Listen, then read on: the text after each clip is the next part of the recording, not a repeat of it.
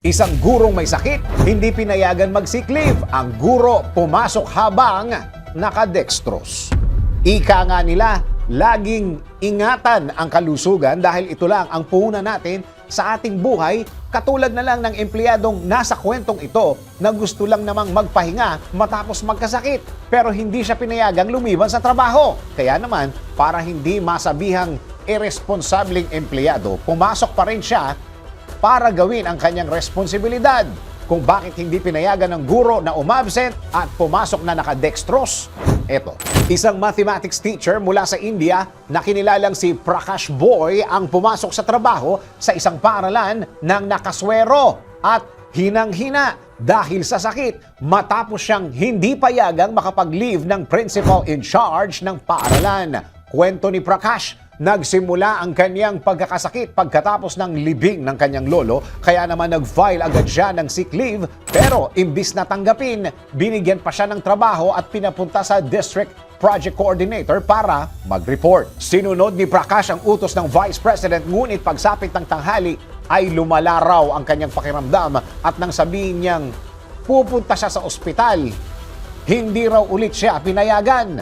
Dahil sa paglala ng kanyang karamdaman, nais na sana niyang magpatingin sa doktor, ngunit malayo pa ang ospital sa lugar at hindi pa rin sapat ang kanyang pera para magpatingin sa mga private clinics. Kaya wala siyang nagawa kundi ang bumalik sa trabaho. Kalaunan ay nakapagpatingin naman na sa isang doktor si Prakash at doon na siya tinurukan ng dextrose, kaya nag-file siya ulit ng leave para makapagpahinga. Pero sa kasamaang palad na naman, nireject ulit ni principal in charge ang kanyang request dahil kailangan daw niyang mag-prepare para sa exam ng mga estudyante.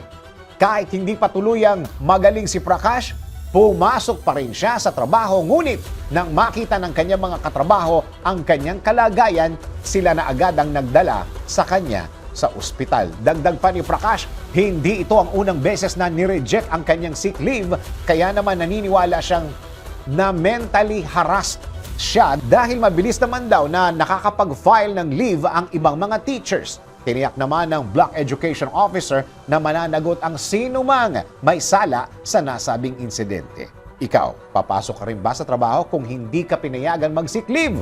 O dededmahin mo lang ang iyong boss at mas isipin ang sariling kalagayan?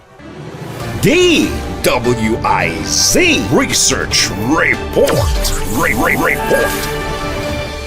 Thank you for watching. Tuloy lang ang panonood at pakikinig ng tamang balita sa DWIZ News, DWIZ News FM Regional, DWIZ News TV, Aliw Channel 23, nationwide.